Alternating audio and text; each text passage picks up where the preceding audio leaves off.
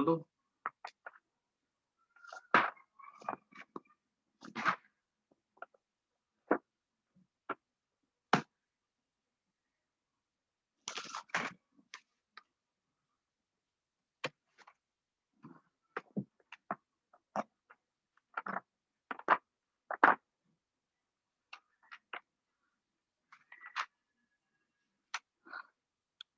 एक बार फटाफट बताया तो हम लोग जो जो पढ़े थे ना मैग्नेटिक इफेक्ट ऑफ करंट में।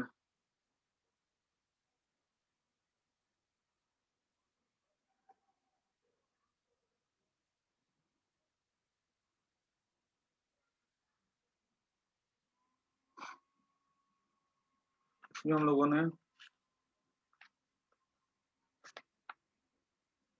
पढ़ा था, एक तो फोर्स का फॉर्मूला था Q V cross B, magnetic force का। ठीक है, जिसमें कि वेलोसिटी और मैग्नेटिक फील्ड के बीच का जो एंगल होता है, ठीक है, वो डिटरमाइन करता है कि मैग्नेटिक फोर्स की वैल्यू क्या होगी। कितनी बार क्वेश्चन 1 मार्क में आता है कि अगर वेलोसिटी और फील्ड अगर पैरेलल है तो बताओ मैग्नेटिक फोर्स क्या होगा, तो आंसर है 0। ठीक है, उसके बाद मैग्नेटिक फील्ड का यूनिट हमको याद है, टेस्ला होना चाहिए, और वेलोसिटी का यूनिट पता है मीटर पर सेकंड होता है, और फोर्स का न्यूटन होता है। ठीक है, टेस्ला के अलावा फील्ड का यूनिट क्या होता है, वेबर पर मीटर स्क्वायर होता है। ठीक है, तो उसके बाद एक तुम लोगों ने इसमें सीखा था next Biot Savart's law, dv equal to mu naught by 4 pi idl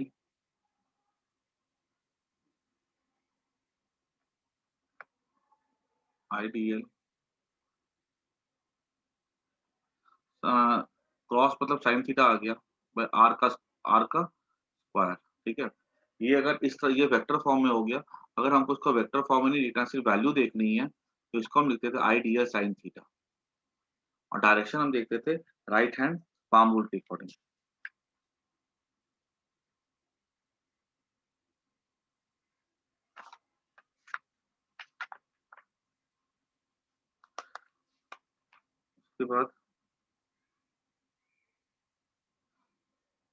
उसके बाद हमने देखा यहाँ पे ये बायो सावर्ट्स लॉ के अकॉर्डिंग ना, यहाँ पे हम लोग मैग्नेटिक फील्ड निकालने का अपने को बोला जाए due to long current carrying conductor. ठीक है, तो वो कैसे निकालते थे जरा देखो।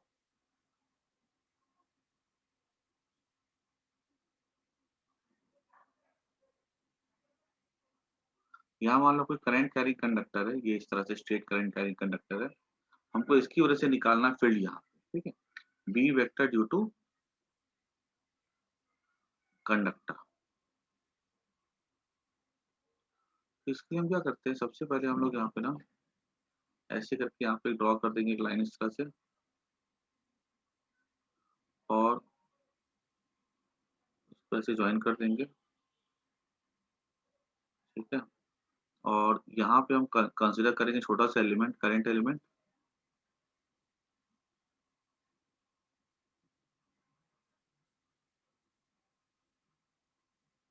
और इसको ना हम लोग ऐसे ज्वाइन करते थे।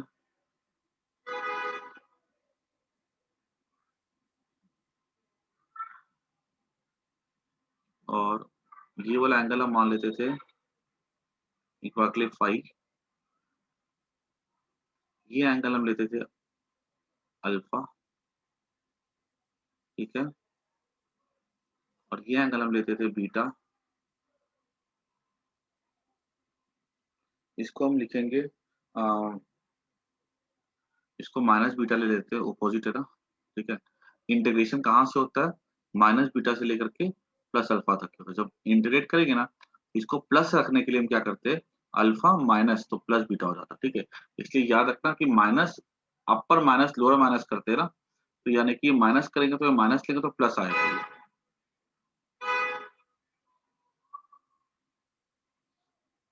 यहाँ पे इसको हम मान लेते हैं dx एलिमेंट है, ये छोटा सा एलिमेंट है dx। करंट यहाँ फ्लो करती है I। ठीक है, और यहाँ पे हमको निकालना फील्ड पॉइंट P पर। ठीक है, तो हमको ये गिवन क्वांटिटी क्या क्या होगी, I, अल्फा, बीटा, और ये डिस्टेंस A, परपेंडिकुलर डिस्टेंस हमें कितना दिया जाएगा A। कि हमको 4 क्वांटिटी गिवन होगी एग्जाम में, जिसके टर्म्स में हमको फील्ड निकालने के लिए बोला जाएगा। तो हम क्या ले सकते हैं, डीवी क्या हो जाएगा, म्यू नॉट आई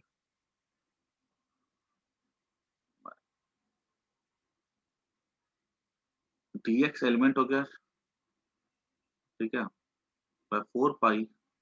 अभी हमने यहाँ पे लॉ में क्या लिखा था, 4 पे आर स्क्वायर था, ठीक है। यहाँ पे डिस्टेंस कितना हो जाएगा, डिस्टेंस हो जाएगा आर हो जाएगा, 4 पाई आर स्क्वायर हो जाएगा, ठीक है। This is the expression for the magnetic field due to small current carrying element. याद रखना कि जैसे हमारे लिए कूलम्ब लॉ था that was for point charge, in the same way magnetic field is for small current carrying element. तो यहाँ पे जो करंट कैरिंग एलिमेंट है वो क्या है, डीएक्स है, उसकी वजह से यहाँ पे हमने मैग्नेटिक फील्ड निकाल लिया।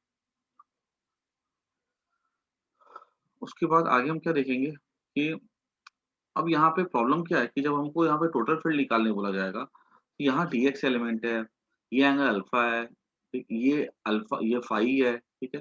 तो डीएक्स वैरी करेगा, ये आर वैरी करेगा, ठीक है। तो हमें कुछ ऐसा करना चाहिए था यहाँ पे कि हम लोग जो इतने सारे वेरिएबल्स थे, इतने सारे वेरिएबल्स नहीं है, ठीक है, एक ही से हमारा काम निकल जाए। तो ये डीएक्स है, ओरिजिन यहाँ से लेते हैं, तो ये वाला लेंथ क्या हो जाएगा, हम इसको मान लेते हैं, एक्स मान लेते हैं एक बार के लिए, एक्स पे जाकर के डीएक्स, ठीक है।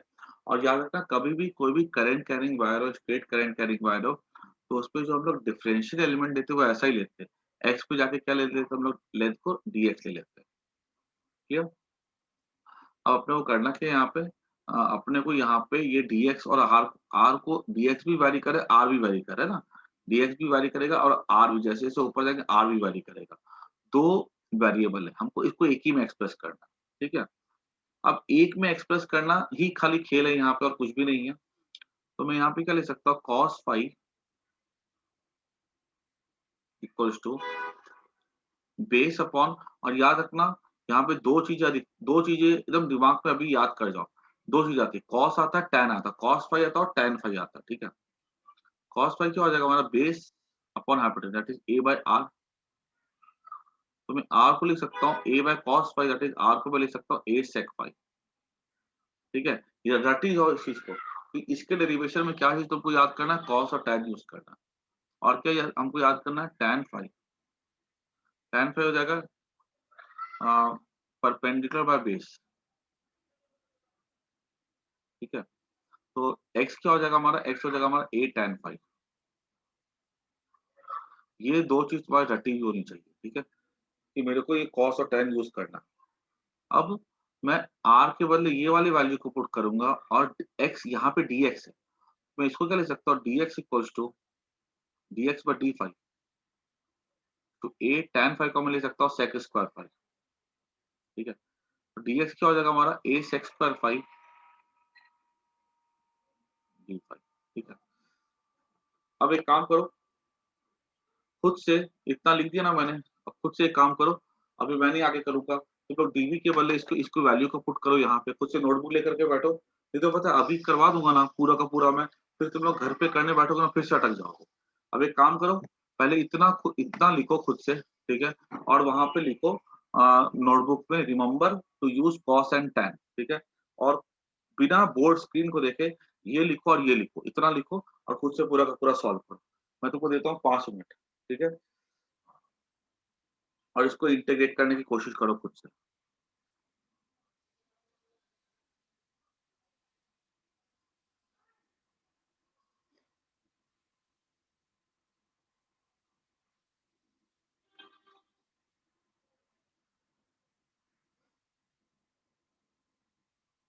तो देखो एकदम ऑनेस्टली करोगे ना तभी तुमको फायदा होगा इस चीज का। अभी बैठ के तुम सोचोगे कि यार सर कर देंगे, तो फिर तुमको, तो तुम जब तुम्हारी बारी आएगी ना करने की तुम अटक जाओगे।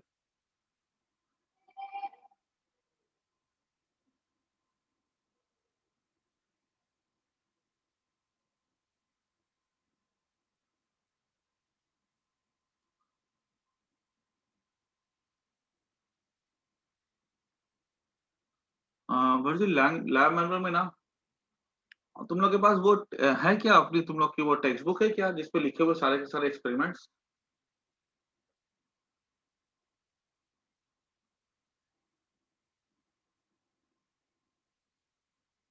एक्सपेरिमेंट वाली बुक है क्या,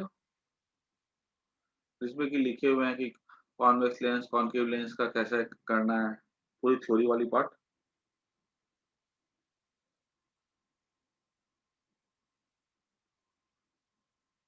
हाँ, तो बस उसमें से क्या करो, लिखना, खाली एक्सपेरिमेंट लिखना चालू कर दो, ठीक है? और ऑब्जर्वेशन टेबल के लिए खाली जगह छोड़ देना बस, ठीक है? खाली ऑब्जर्वेशन टेबल के लिए खाली जगह छोड़ दो।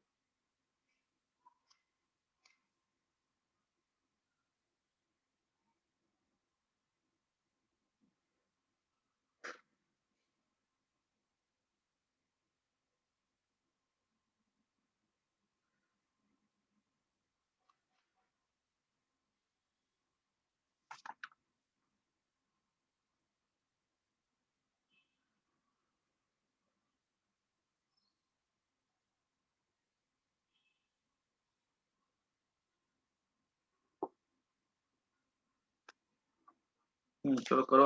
आया सबको आंसर इसका जो मैंने बताया भी बोर्ड पे, स्क्रीन पे? अच्छा, तुम लोग सबको मेरे को बता दो, जो सीबीएसई वाले बच्चे हैं, ठीक है, जरा मेरे को मैसेज करो, तुम लोग रेफरेंस बुक कौन सी फॉलो कर रहे हो? सीबीएसई वाले बच्चे वो रेफरेंस बुक में कौन सी फॉलो कर रहे हैं, एनसीईआरटी के अलावा?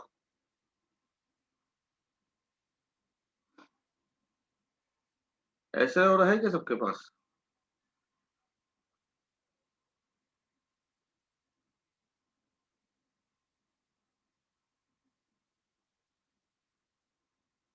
अच्छा, अच्छा, ठीक है, सही है, ठीक है। तो तुम लोग देखो, तुम लोग जो भी रेफरेंस बुक फॉलो कर रहे हो ना, उससे आज ना बैठ करके मैग्नेटिक इफेक्ट्स ऑफ करंट का रिवीजन कर, आज जो मैंने पढ़ा है ना, उससे बैठकर तुम लोग क्वेश्चन सॉल्व करना चालू कर देना, ठीक है? एक रेफरेंस बुक तुम्हारे पास होनी ही चाहिए। और एक मैंने तुम लोग क्या बोला है कि चैप्टर वाइज प्रीवियस 10 ईयर्स से क्वेश्चंस तुम लोग को उसकी बुक खरीद रहा है तुम लोग एक।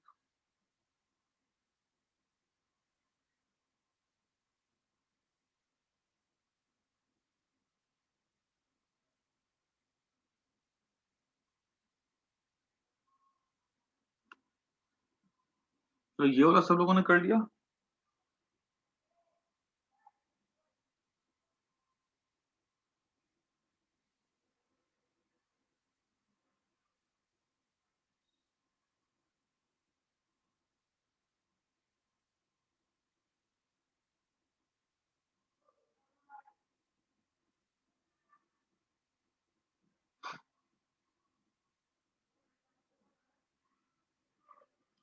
जे वाले में अब क्या करना है, देखो, dv equals to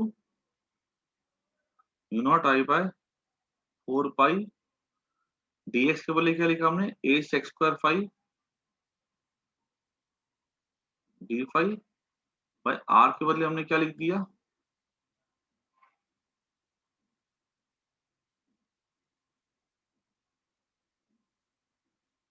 are square हो जाएगा।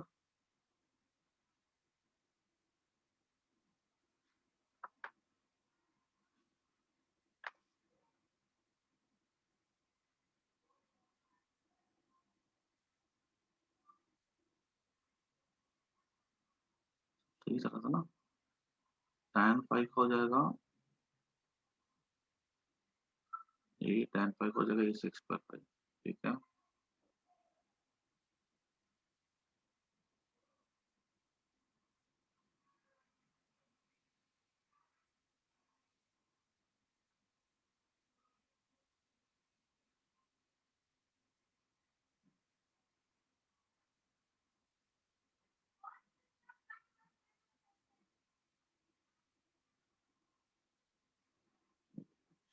जरूरी है क्या?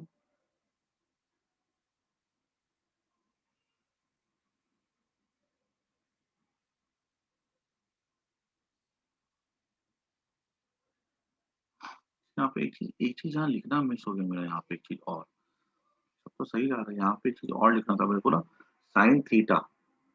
तो साइन थीटा कितना हो जाएगा, देखो तो, ये डीएल होगा, ये डीएक्स हो जाएगा, ये आर हो जाएगा, ये फाई अगर होगा, तो ये हो जाएगा 90 - फाई, यहाँ पे आएगा sine 90 minus five that equal to cos five. यहाँ पे देखो ये 90 माइनस फाइव है, यहाँ पे थीटा है, ये डी, ये dx हो गया dl, dx ये हो गया करेंट एलिमेंट dx, और ये हो गया r। ये वाला एंगल मेरा कितना हो जाएगा 180 minus 90 minus five. Sine 180 minus 90 minus five लग रहा है, साइन 180 माइनस मतलब sine 90 minus five, sine 90 minus five मतलब कितना हो गया कॉस फाइव हो गया ये। ठीक है, तो यहाँ पे क्या कि यहाँ पे कॉस फाइव और आएगा,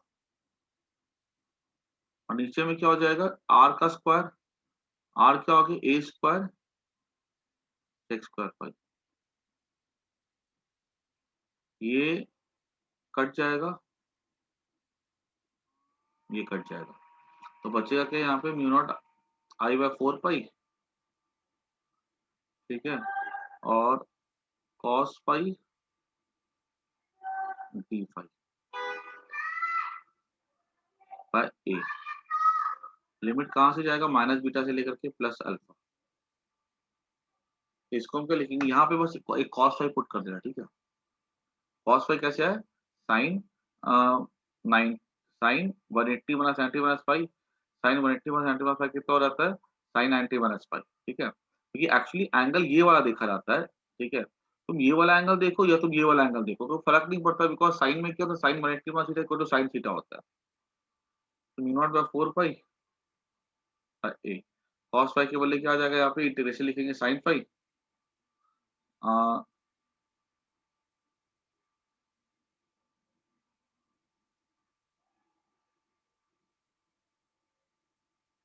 देखो यहाँ पे कॉस फाइव क्या हो गया हमारा, उसका इंटीग्रेशन साइन फाइव हो जाएगा, और ये जाएगा माइनस बीटा से लेके प्लस अल्फा,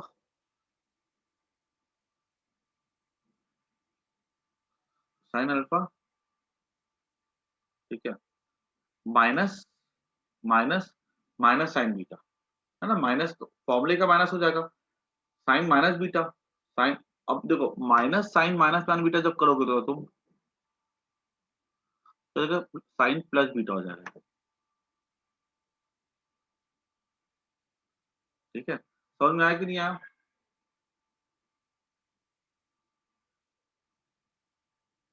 किसी को कोई परेशानी तो पूछो इस पे, क्या क्या बातें ध्यान में रखनी है। सबसे पहला तो दिमाग एकदम सुन लेना ध्यान से, बायो सवास लॉ यूज करना है। बायो सवास लॉ क्या था, mu naught I bye 4 pi I D L sine theta by R square. यहाँ पे अगर हम देखें तो वो थीटा की वैल्यू कितनी आएगी, थीटा यहाँ पे आ जाएगा 90 माइनस फाइव। ठीक है, साइन 90 माइनस फाइव क्या हो जाएगा कॉस फाइव। सबसे पहले तो ये स्टेप खुद से लिखो। ठीक है, इंपॉर्टेंट डेरिवेशन है ये, पहले ये स्टेप खुद से लिखोगे।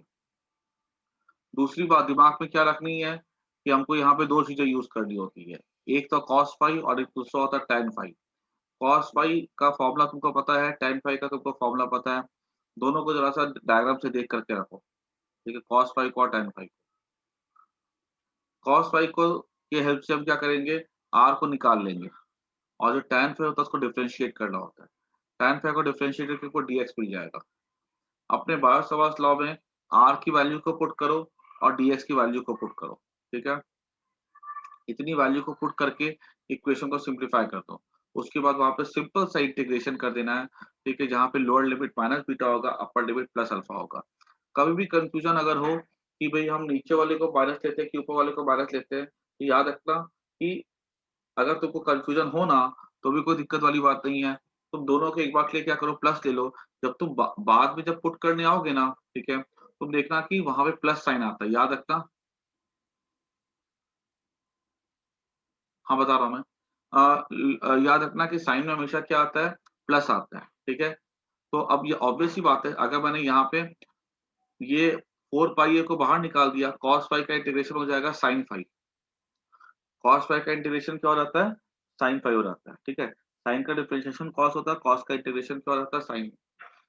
अब हमने यहाँ पे कहाँ से शुरू करें, हम लोग शुरू करें माइनस बीटा से, नीचे से स्टार्ट करके ऊपर जाएंगे ना, तो नीचे से स्टार्ट करके ऊपर गए तो माइनस बीटा से लेके प्लस अल्फा, तो साइन अल्फा माइनस, ठीक है, माइनस का फॉर्मूले में आता है ना, और यहाँ पे क्या था, माइनस साइन माइनस बीटा आता। ठीक है, यहाँ पे मैं कर भी देता हूँ एक बार फिर अच्छे से। Mu naught by 4 pi sine phi, कहाँ से जाना है, बीटा से लेकर के अल्फा। अब देखो यहाँ पे मान लो कि मेरे को भूल गया मैं कि प्लस है कि माइनस है, तो मैं मेरे को ये तो ऐसा लिखूंगा मैं, sine alpha minus sine beta. ठीक है, अब अगर यहाँ पे अगर मैंने ऐसे लिखा, मुझे फॉर्मूला याद है कि यहाँ प्लस आता है, तो प्लस कैसे आएगा, जब अगर मैंने यहाँ माइनस बीटा लिया तब ना ये माइनस माइनस होकर प्लस आएगा। अगर मैं भूल भी जाता हूँ तो भी मुझे ये अगर फॉर्मूला याद है ना, ठीक है, तो मैं उसका आसानी से कर सकता हूँ। तो ये क्या होता है, mu naught by 4 pi sine alpha plus sine. ठीक है,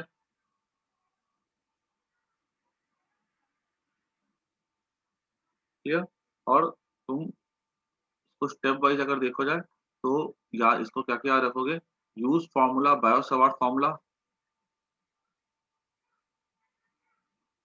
ठीक है, सेकेंड स्टेप क्या था, use cos phi tan phi. ठीक है, और उसी में याद रखना है differentiate tan phi.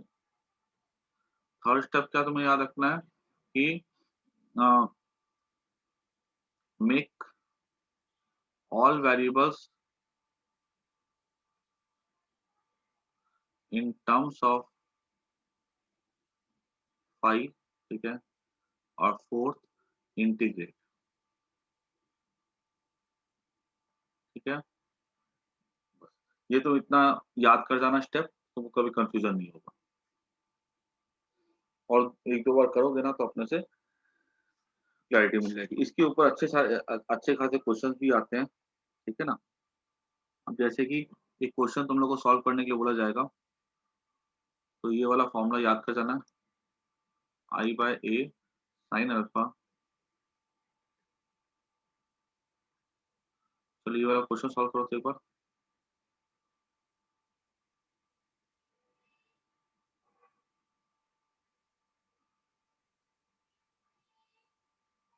Side of the square ए है, करेंट फ्लोइंग आई है। ठीक है, साइड ऑफ द स्क्वायर 2 ले लो। ठीक है, करंट फ्लोइंग आई है यहाँ पे, find B vector at centre.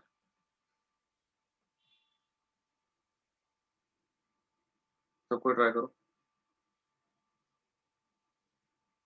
इसमें ट्रायंगल वाले क्वेश्चन, स्क्वायर वाले क्वेश्चन, ठीक है, बहुत कॉमनली पूछे जाते हैं।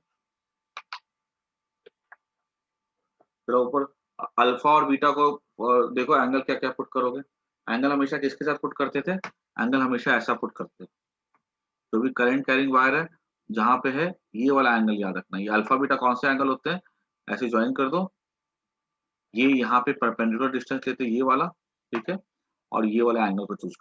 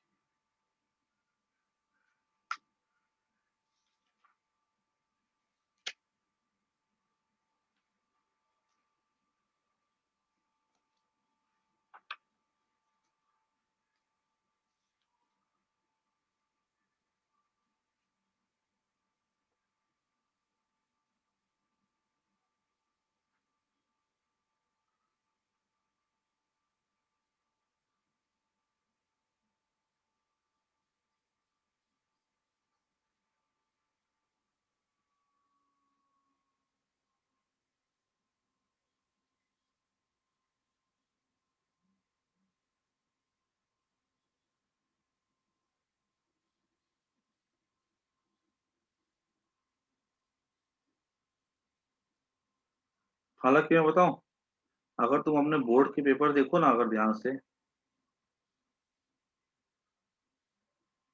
तो नोट कर लो इस चीज को कि तुम्हारे लिए जो मैग्नेटिक फील्ड जो आता है ना अधिकतर, तो पूछा गया वो सर्कुलर करंट कैरिंग लूप के लिए पूछा गया। एक सर्कुलर करंट कैरिंग लूप और एक सोलेनॉइड, मोस्ट इंपॉर्टेंट है।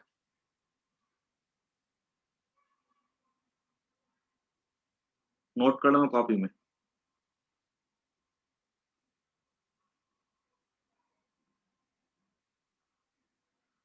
लूप वाला सवाल तो पता है 3-4 बार पूछा गया 10 साल में, मुझे लूप के जो मैग्नेटिक फील्ड होता है।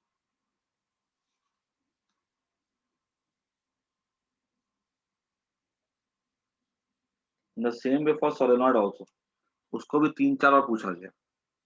उसके बाद अगर इंपॉर्टेंस कोई कैरी करता है ना, वो टॉरॉइड वाला है फिर। एक, हाँ सही है राज, एक तो तुम लोग पहले पढ़ना लूप के लिए, ठीक है, एक्सियल वाला, ये वाला सबसे इंपॉर्टेंट है,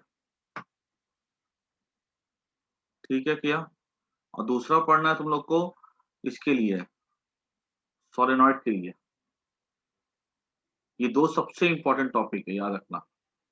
उसके बाद अगर इंपॉर्टेंस कैरी करता है टॉरॉइड का, जो मैंने अभी करवाया ना तुम लोग को वायर के लिए, ये तो आज तक की पूछा ही नहीं गया कभी यार, है बुक में दिया हुआ नो डाउट, ठीक है। इस पे, इसके बेसिस पे न्यूमेरिकल्स आए हुए हैं, ठीक है, लेकिन इस पे आज तक की 10 साल में कभी इसका डेरिवेशन नहीं आया।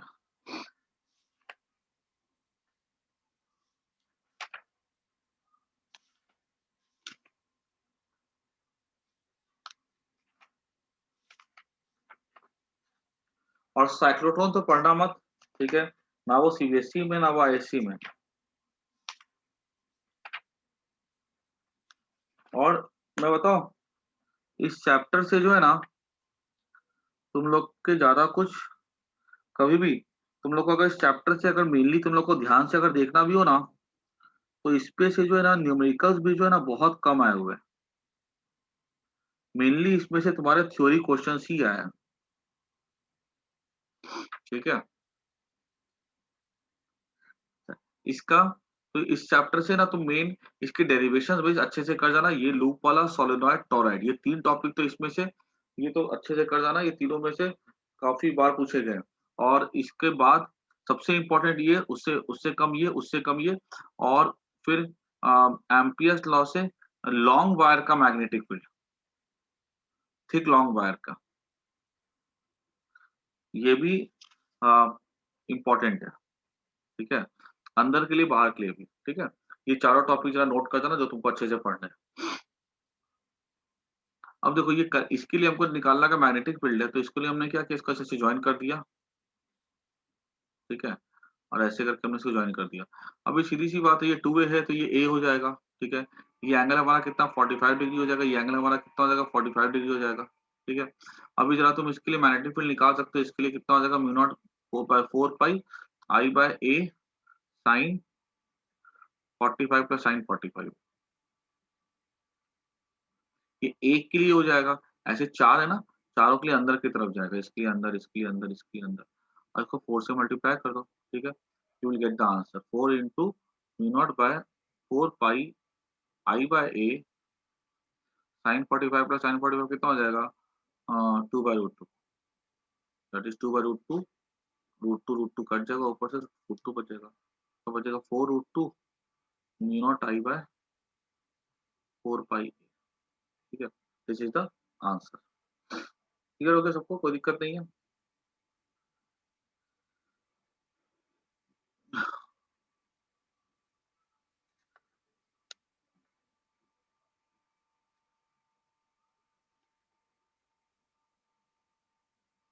आगे बढ़े।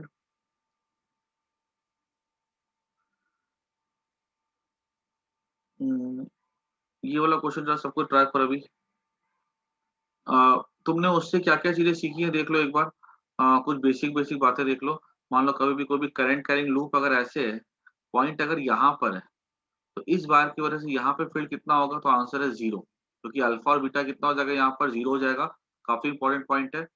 फिर तुम्हें क्या पता होना चाहिए, कोई भी अगर मान लो सर्कुलर करंट कैरिंग लूप होगा, ठीक है, तो उसके सेंटर पे मैग्नेटिक फील्ड कैसे निकलता है, mu naught by 4 pi I by क्या कहते हैं, mu naught I by 2 pi R, ठीक है, 2 पाई आर, ठीक है। इसकी वजह से आपको magnetic field at the centre मिल जाएगा। और याद रखना कि अगर यहाँ पे थीटा 30 डिग्री 40 डिग्री जितना भी दिया गया थीटा थीटा जैसे मान लो कि लूप अगर ऐसे अगर ये एंगल मान लो थीटा है, ठीक है, तो हम यहाँ पे ये वैल्यू हमको याद रखनी है। थीटा अगर हमको दिया गया डिग्री में थीटा बाय 360 इंटू ये वैल्यू कर दो, ठीक है, तो यहाँ पे मैंने लिखा you will get the field at this point, ठीक है। एक काम करो, अभी क्वेश्चन देता हूँ मैं।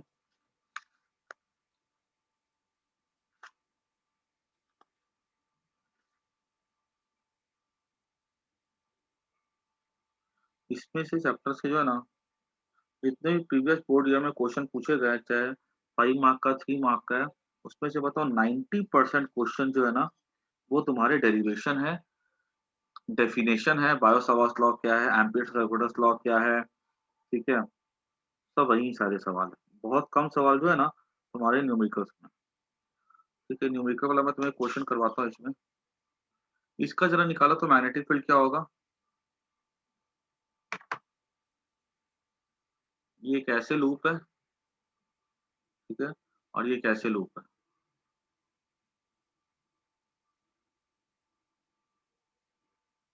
ये लूप पी है, ये लूप क्यू है, सबको ट्राई करना। और ये दोनों पर एक दूसरे के परपेंडिकुलर प्लेस्ड है, दोनों का ही रेडियस 5 सेंटीमीटर है, दोनों का सेंटर कॉमन है। हमसे पूछा गया है कि magnetic field at centre O पे क्या होगा। और बोला गया ना कि ये पी में जो करंट है ना, यहाँ पे जो करंट फ्लो करी है I1, ये है 3 एम्पियर, और जो करंट क्यू है ये है 5 एम्पियर। रेडियस दोनों का 5 सेंटीमीटर है। फील्ड निकालना है एट पॉइंट ओ। सीधा सीधी ये फॉर्मूले तुमको पता है, ठीक है। मैग्नेटिक फील्ड का डायरेक्शन कैसे निकालते हैं, राइट हैंड उसको कर्ल कर्ल रूल से निकाल लेते हैं। जिधर करंट फ्लो कर रहा है उधर फिंगर्स को कर्ल कर दो, थंब देगा डायरेक्शन ऑफ मैग्नेटिक फील्ड, ठीक है। मतलब ये बात फिक्स है, याद रखना कि कभी भी कोई सर्कुलर करंट कैरिंग लूप होता है तो उसके लिए जो फील्ड का डायरेक्शन होता है वो हमेशा प्लेन के परपेंडिकुलर होता है, या ऊपर जाएगा नहीं तो नीचे जाएगा। वो डायरेक्शन किधर से डिटरमाइन करते हैं हम लोग, कर्ल रूल से, मतलब राइट हैंड कर्ल रूल से फिंगर्स को कर्ल कर दो, इधर थंब पॉइंट करेगा उधर होगा मैग्नेटिक फील्ड का डायरेक्शन। सबको ये वाला सवाल ट्राई करो, ठीक है। तुम्हारा दिल्ली ये क्वेश्चन आया हुआ है, ये तुम्हारा बोर्ड में, ठीक है, 2017 में।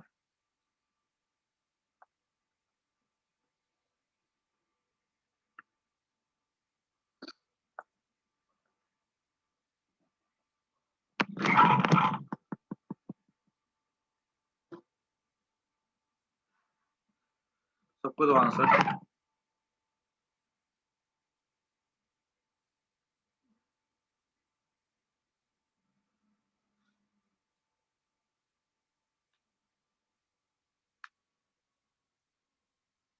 यहाँ पे, एक मिनट, यहाँ पे पाई नहीं आएगा।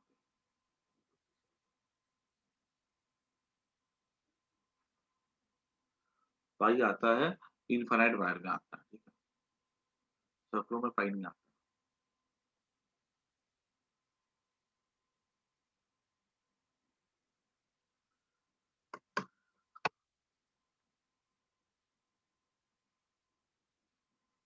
आज तुम अगर अच्छे से अपने घर पे प्लानिंग कर रहे हो मैग्नेटिक इफेक्ट्स ऑफ करंट पढ़ने की, तो मैं तुमको यही एडवाइस करूंगा, तुम इसके जितने भी डेरिवेशन है, ठीक है, बायो सावर्ट्स लॉ के तीनों और एम्पियर्स लॉ के तीनों, उसको तुम घर पर अच्छे से प्रैक्टिस कर जाना।